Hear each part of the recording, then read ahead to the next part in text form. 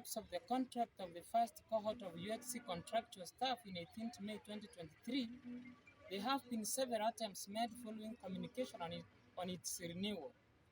Both the national and the county government had an agreement to extend the contract. But for us in Kisii County, we have neither received our contract renewal letters nor an official communication regarding this matter about 4 months now.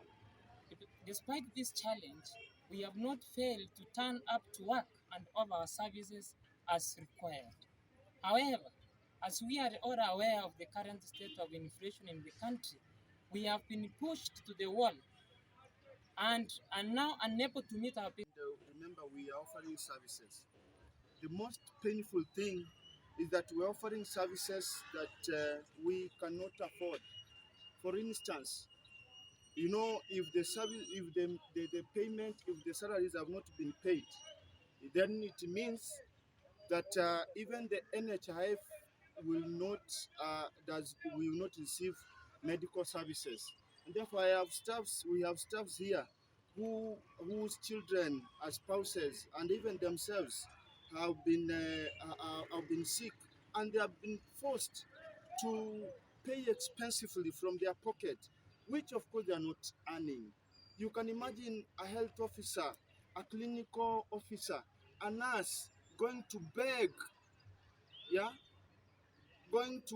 beg and maybe anatafuta. We command because we are hungry.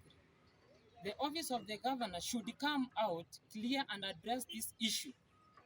Number 2, renewal of our contracts to be confirmed as directed from the national government so that the staff can be settled and continue with the service delivery wholesomely. The relevant office, that is the governor's office, should explain to us why we have not received our salaries while other counties, almost all counties in the country, have received their dues. In conclusion, we are healthcare workers who came on board during critical times